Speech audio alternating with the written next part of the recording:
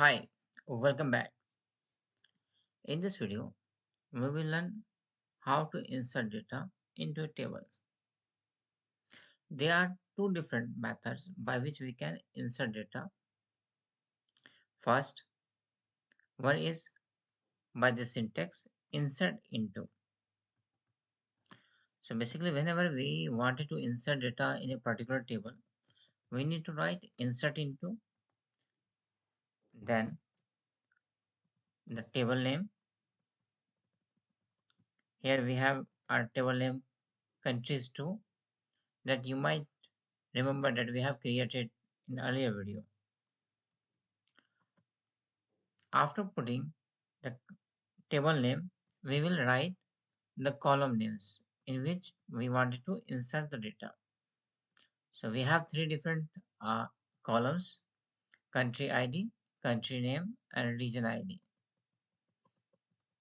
Then we need to write values.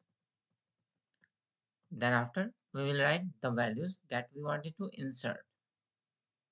So here we have written JP, and in the name it is Japan, and ID we have given some value 3. After writing those, we will run this. As soon as we run, we saw that one row has been inserted. Now we will click on this countries too, and we will see if data is populating or not. We can see this Japan data has now in the table.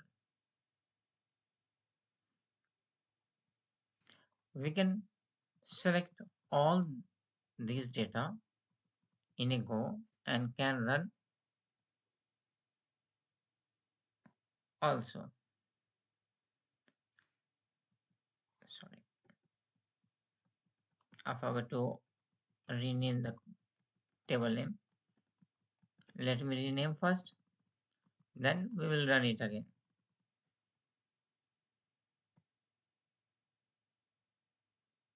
So now we have inserted 7 values, and there were 2 values already available.